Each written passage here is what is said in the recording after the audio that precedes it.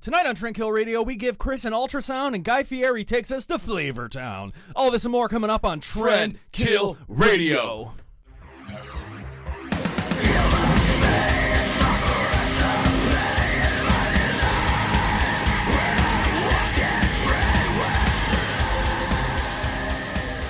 I ain't farting on no snare drum. What's going on, everybody? This is Tranquil Radio, a rock news show about all things rock, except for when it's not, brought to you by the Fantasy and Foundry Entertainment Complex right here in Cleveland, Ohio. I am your host, Sean Ryan. And with him, some of the times, is Chris Jones. Indeed. Let's take this time for you guys to just hit that little button, subscribe down below us. Smash, smash, smash. And then you hit the little bell so you get your notifications, blah, blah, blah. And let's just get it started. We have Tool. Is it Tool time? It's Tool time. A little later, we're going to play a game called Stinkfist. Speaking of which... Everybody wins. I don't care what you say. Recently, Tool, they had actually just played Cleveland over the past week. Were you there? I did not go. I was really kind of on the fence about it because I wasn't sure what the set list was going to be like, and the ticket prices were just a little bit more than I wanted to spend to see them. I paid less than that to see a Perfect Circle for better seats than what were available for Tool without, being raped by resale fees. As much as I respect a Perfect Circle and Tool, I don't like Maynard. Don't you blaspheme in here! Don't you blaspheme in here! I think he's kind of shitty to fans, but, that's he's just besides the point. He's just kind of like an oddball. I think he does that just to be weird, though. I know, honestly, sometimes I'm like, is just because he feels like yeah, like, is it actually genuine weirdness, or is it weirdness for the sake of being weird? Yeah. Right? Yeah. It's like, I don't know. If you are going to Tool with many more of their dates coming out, keep your damn phone in your pocket, for the love of God. Dude. You're going to be out some money, and you're going to be pissed. Yeah, because they will boot you. This is no new thing. I've heard of this before, but they have instituted a him rule. And Danzig are both kind of notorious for doing this. They want you to live in the moment, which is actually a beautiful thing. Which I think I believe Tool wants them to live in the moment. Danzig is just afraid of people seeing how actually like he looks like a fat grandma now, like Mama Fratelli from the fucking Goonies. That's Axl Rose. You got him confused. But if you are caught taking video, taking pictures with your phone or any other camera, you will be booted. They have like a legit huge-ass staff that is looking out just for people doing this. Even if your phone was out, you were getting, even if you were just responding to a text message, I heard from a lot of friends that were in attendance at the date here in Cleveland over the week, if your phone came out of your pocket at all before the two songs at the end of the set that he permits your phone to be out, you were getting tossed.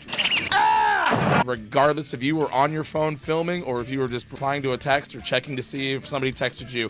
When is too much too much? Because it's you're paying to be there. It is your phone. It is your property. And if you're there and there's maybe a babysitter at home, what if you need to answer an important text? I mean, I guess run out into the lobby because you can just come right back to your seat. Well, but fuck it. You just if it's that important, take your phone into the lobby. But it even says on the tickets too. Like when I saw photos. Oh, you get an email and it's on the tickets. Yep, and it you are no thoroughly warned that. And there's also, just like there is at the Agora whenever Danzig plays, there is signage up that says no phones, no cameras, no nothing. But they do give you two songs at the end of the set to record and do all that. Reddit user Neil Mott shared an email from the Rocket Morgan Romo Fijo. Fijo. No photo with Romo Fijo. Romo Fijo. You're welcome, Alan Cox. It's free publicity on your part. I love you, Bill Squire. Mary Santora's all right, too. I love Mary. I love her, too. We like to give each other shit. This email, it says, and quote, "We respectfully request that you please watch and listen to the show, not your phone. You will be ejected from the show without opportunity to return and without a refund if you violate this simple request and elect to take photos during the performance. In the event of personal emergency, phone use may occur on a concourse away from the performance area," end quote. These are very simple rules. Everybody knows the rules. There's a very simple formula. Everybody's a suspect. Oh, what, from the video store? I thought they fired your sorry ass. Twice. So the moral of the story is leave your fucking phone in your pocket or at home. You're going to cost yourself money. At that point, you just spent a couple $100 for nothing. I feel like we have had this conversation before. We have. Yeah, no, I think it's going to become a more commonplace thing. I mean, especially with older musicians, because, this is not something that used to happen back in the day. Yeah. At best, you bought a disposable camera from Walmart. I remember bringing a, VTech camera, a camera, to the Odeon to go see Brides of Destruction. It was Nikki Sixx's band. Doesn't really matter what I do.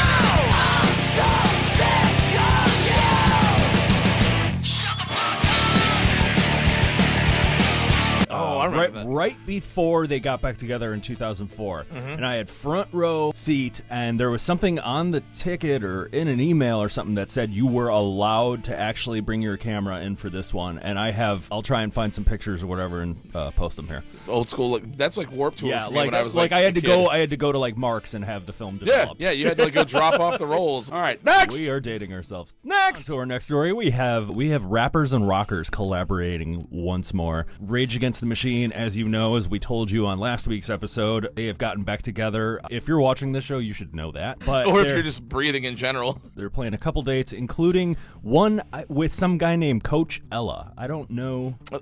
Coach Ella, yeah, of the NFL, yes. He's a coach of something. Does he perform? Are we really doing this? Does he coach the Chargers? Or are we thinking of that 90s program Coach? Oh, you mean the dad from Poltergeist? You son of a bitch, you moved the cemetery, but you left the bodies, didn't you? You only moved the headstones! Great movie, Hot Mom. Oh. Yes, they were playing at Coachella. Yeah, there we go. And there has been a rap group. Some of you may know. And from what I've been led to understand, this particular rap group ain't nothing to fuck with. Yes, we're talking about the one and only WuTang. The RZA, the Jizza, the God, Inspector Deck, Ghostface Killer, the WuTang Clan! The WuTang. Formerly Old Dirty Bastard. God rest his Zoltan? TMZ caught up with RZA, the lead member. RZA's the one that kind of brought the whole martial arts influence. He's really into the martial arts movie world. Like, he's done a bunch of stuff. Terrible 70s. Terrible B-rate movies. Karate movies. Yeah, he's really into those old school kung fu movies. It reminds me of like Busta Rhymes watching that shit in Halloween Resurrection. Trick or treat, motherfucker. Anyways, TMZ caught up with RZA outside an airport because that's where TMZ always is. RZA goes on to say, quote, I think it's a great thing for Rage to be reunited. Tom and Zach De La Rocha, the lead singer. De La Rocha. Or Del Rocho, if you're into that whole thing. Rocho? I don't know. I just think... All right, whatever. He got booed. Rocha.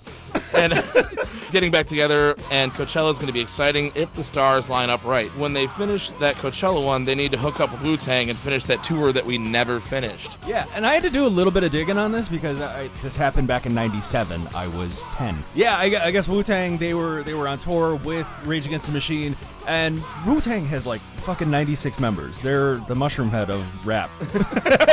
And they've been interchangeable and just like Mushroom Head. But like there was a lot of members that didn't show up to concerts, and like they had recently, fallen into some money. They got pretty big in the 90s, and they just went like, fuck it, I'm not going to that show. Old Dirty was in the back doing crack. He wasn't fucking doing shit, man. RZA was asked if he was like serious about it, and he goes, quote, I think right now, the way the times are, we need Rage Against the Machine. It's a perfect time for them. It's a perfect energy for them, and we think the climate is right for Rage, like the climate is right for WuTang. Let's rock the world. End quote. Konnichiwa, bitches. I'm honestly shocked that given the current situation of everything and how angry people are about whatever they want to be angry about. Everyone's angry about everything. Yeah, I know. I'm surprised it took them this long to get back together. They take to Twitter every day. I mean, I'm glad they got back together. I'm just shocked it took them this long given the political situation in this country. I think this would actually work out a lot better than Lil Wayne and Blink-182. Oh, absolutely. They had to resort to going, we're going to play Enema of the State on all of our shows. You guys, you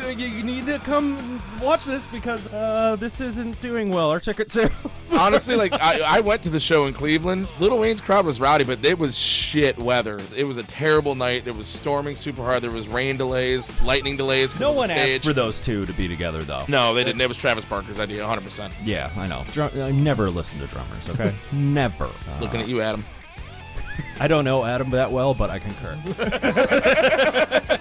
He is a drummer. For those of you that don't know, Adam is my drummer. He's in the band that I play in. For what band? This band right here, Impending Lives. Yeah, I'm that asshole that wears my own merch. I'm just going to get t-shirts with my face on it. I'd wear that. I'd wear boxers with your face on it, front and back. Yeah, dude. Real quick, just kind of tagging along on this part of the story. Travis Scott, the rapper, if you don't... I know a lot of people probably have no idea who these rappers are. I've heard of the guy, but I mean, don't be narrow-minded. Listen to some stuff, man. I've heard of it. I just, it's new rap doesn't do anything for me like old rap used to. I just feel like it doesn't have as much say. He puts on this festival, Astroworld, and as we're taping this right now, November 9th, Marilyn Manson is playing this festival. All rappers. In Texas. Who is it? Travis Scott, Post Malone, Lil Wayne, Young Thug. Posty. I love me some Posty. So, and then we got Marilyn Manson. God, I gotta see some footage of this. Yeah, I mean, some it's people, going on right now. Some people, I mean, well, there's like, what, a 2-hour time difference?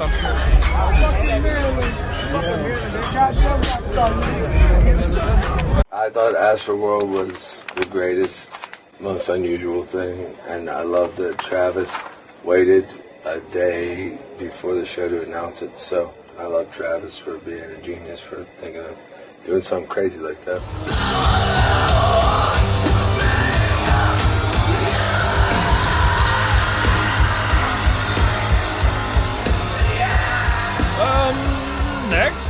Next. On to our third and final story, if we're lucky. I thank you guys for getting through this with us. This is a hard time. Bring Me the Horizon. They've made a couple little news headlines recently. This is not even... I fucking hate that we're actually doing this at the end of the show because it's like not even a headlining story. We should have actually just gone with Tool, but people aren't even watching at this point, so you're going to hear it anyway. Bring Me the Horizon. They have said that we might not make another fucking album ever again. Now, hold on. Hold the phone. Chill out, kids. They just came out with Ammo, what was earlier this year, I think in February or whatever. Yes. Did huge. It went #1. Their first #1 album ever. I think it was actually one of the top-selling albums of the year so far. Yeah, it was huge. I loved it. I just like that they consistently change their sound every single record. And I love that. And it's not like they just did it. They just progress. They've always been ahead of the game, those guys. Just always a step ahead somehow. I don't know. In a recent interview with Enemy, Ollie Sykes talks about how they might never make an album again after their smash success with Ammo. There is a new song that they have just recently put out called Ludens. Ludens will be the first song you hear from the new record. Like the throat lozenge? I prefer Sucrets. Sykes says, quote, "We are thinking about doing some shorter records. I don't want to say that we're going to do something and not live up to it, but the plan is to release multiple records next year." And I think that kind of goes along with the climate in music right now, with the overpowering force of streaming sites, is that people are just not releasing full records like they used to. They're doing singles, and you're getting more content. It's easier to keep yourself relevant because you're not waiting a year, 2 years per album cycle. Yeah, this comes up again. I remember this story, something about Nikki Sixx saying, I'd rather just put out singles and small EPs rather than a full-length album. And then Prodigy did the same thing. This is becoming a growing cycle, which is a lot better. It really is. I mean, it keeps your fan base stimulated. It keeps them interested. They're not dropping off, after like they've listened to the album, for the last year or so, and then there's another one coming like next year. Blah blah blah blah blah. It's giving more delivery, and I think that's actually kind of a smart strategy to keep up with the times. And he even goes on to say in this interview, and I quote, "I'm really proud of Ammo, but it was such a fucking ball ache to make. We spent a whole fucking year of our lives making that record. Part of me was like, for what? We're never going to get to play all of these songs." And I think that's kind of cool because like not every album is a front to back playthrough without a skip track. Yeah. This album Ammo was. I still buy music. I don't really like stream it, but I didn't buy every song off that album. There was a lot of like really fluffy pop stuff that I was like, Medicine. Okay, all right, that was a great song. Yep. But there was a lot of shit where I was like, dude, and that's this is soft and boring. sometimes that's a problem that you run into as a musician is you end up writing filler for albums, and it's like, and then it kind of just makes the album flop sometimes. So I think this whole strategy of singles and small EPs closer together rather than a 2-year album cycle is going to be the way of the future, honestly. And we're well on our way to doing that anyways. I recently just saw that Prodigy, they're working on stuff. They said next year there might be some new shit out. Yeah, they're going to do with that. Prodigy are like notorious for being like 5 years in between albums. Oh, you want to talk about long times between albums, huh? 13 years for that fucking shit show of a Tool album? It wasn't terrible, but it was just Tool. It sounds just like I don't Tool. have the time for that. 14-minute long song. Why it took 13 years. It took a year to write each fucking song. They pooped that out in 1 year. Like they even Maynard was like, yeah, you know what? This album was way better 5 years ago. He did say something to that extent. He's like, well, yeah, they've been fucking working on it forever, and it's just like, and now it's a completely different it wasn't album. actually terrible. It's like Guns N' Roses, when they came out with Chinese Democracy. When Axl came out with Chinese Democracy. I like that album. You shut up. Everything is catchy about that album, but it took way too long, overthought, overdrawn. And then, you know what? It tanked. I worked at a Best Buy when that album came out, and we had so much backstock and unsold copies of that fucking record that we just like... Did you work with Coley? Because this is his exact story. No, we worked at 2 different Best Buys at 2 different times. But yeah, no, we had just backstock of that Chinese Democracy album. Ali goes on to say, quote, you have to ration your creativity over the songs. You write a really cool pop song, and then you have to play a heavy song to balance it out. Then you need to think about the singles.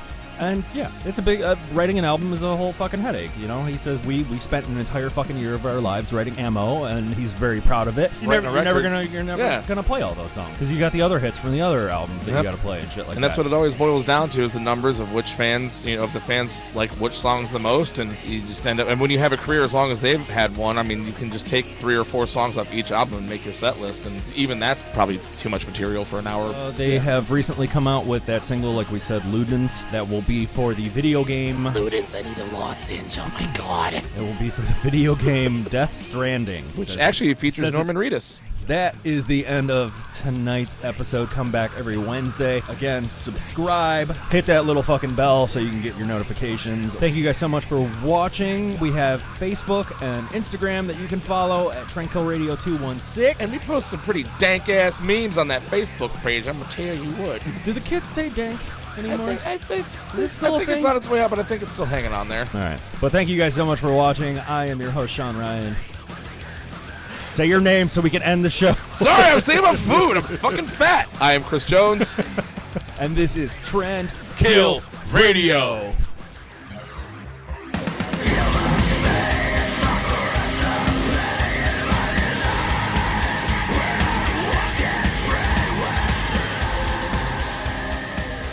I ain't farting on no snare drum.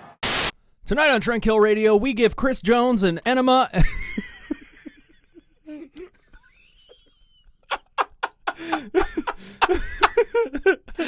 Oh, now some fun for both of us, yeah. That's an Scheiße. Okay, then. But is it, Grandpapa?